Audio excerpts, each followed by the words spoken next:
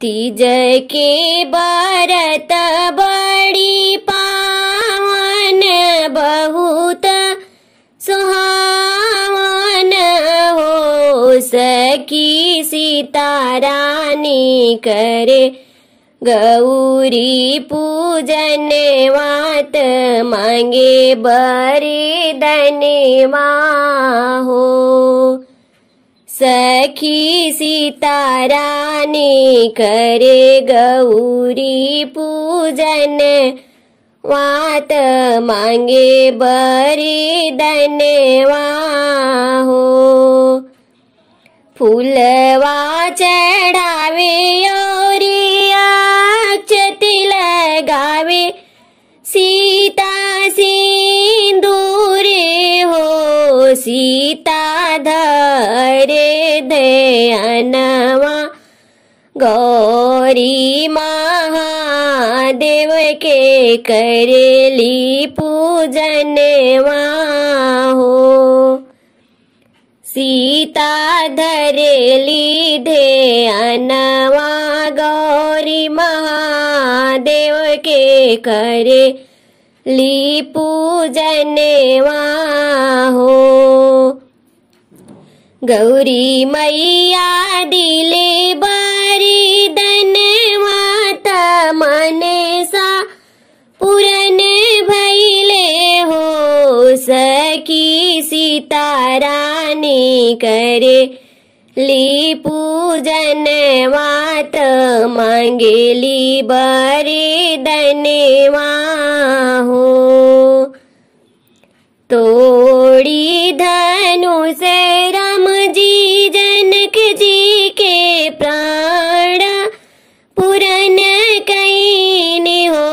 सखी सीता के ब्याही के ले आईनी अवधपुरे कौशल्या रानी के आंगन दशरथ जी के आंगन हो।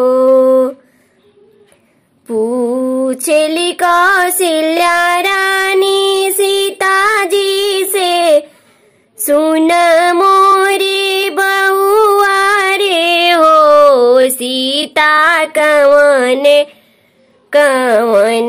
तप कइलू श्री राम से विवाह भइले हो। सीता कवने तप कइलू रघुबर बर पावेलु हो। कईनी एकादशी के व्रत द्वादशी के पारन हो। सासू जी कईनी विधि एतवार रघुबर बर पाइले श्री राम से विवाह भइले हो। पूछेली कौशल्या रानी सीता जी से सुन मोरे बहुआर हो। बहुआर कवने तप कइलू श्री राम से विवाह भइले रघुबर बर पावेलु हो। कईनी एकादशी के व्रत द्वादशी के पारन हो। सासू जी कईनी हम विधि एतवार रघुबर बर पाइले हो। ए सासू जी कईनी हम विधि एतवार श्री राम से विवाह भइले हो। भूखनी हम तीज के बरतिया निर्जल उपवास रखनी हो। सासुजी कईनी हम गौरा शिव के पूजन रघुबर बर पाइले हो।